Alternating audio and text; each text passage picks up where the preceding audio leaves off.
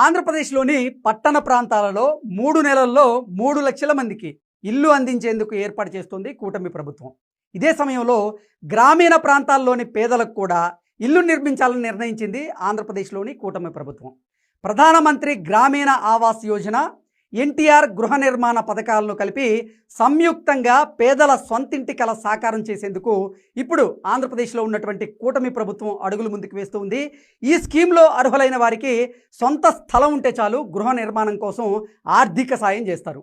ప్రధానమంత్రి ఆవాస్ యోజన కింద 1,20,000 రూపాయలు, అలాగే ఎన్టీఆర్ హౌసింగ్ పథకం ద్వారా 1,50,000 రూపాయలు, అంటే మొత్తం కలిపి ఒక్కో లబ్ధిదారునికి 2,70,000 రూపాయలు మంజూరు చేస్తారు.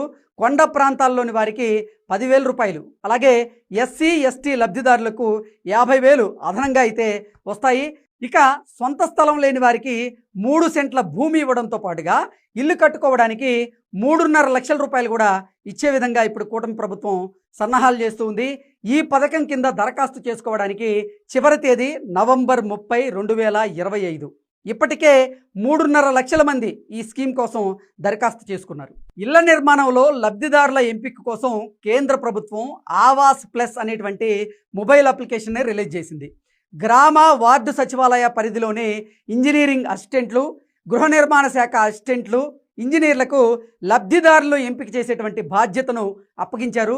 దరఖాస్తు చేసుకున్న వారి ప్రస్తుత నివాసం, లొకేషన్ వివరాలతో పాటు వారి ఫోటోను ఈ అప్లికేషన్లో అప్లోడ్ చేయాల్సి ఉంటుంది.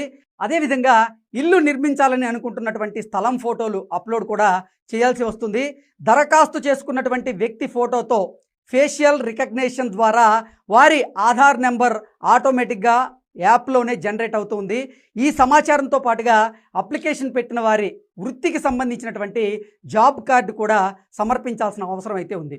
గృహ నిర్మాణం కోసం అప్లై చేసుకున్న వారిలో అత్యంత పేదలకే ఆర్థిక సహాయం మంజూరయ్యేలా యాప్నైతే రూపొందించారు.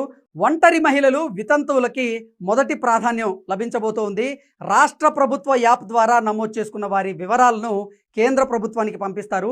అక్కడ మరోసారి తనిఖీ చేసి లబ్ధిదారులను ఎంపిక చేస్తారు.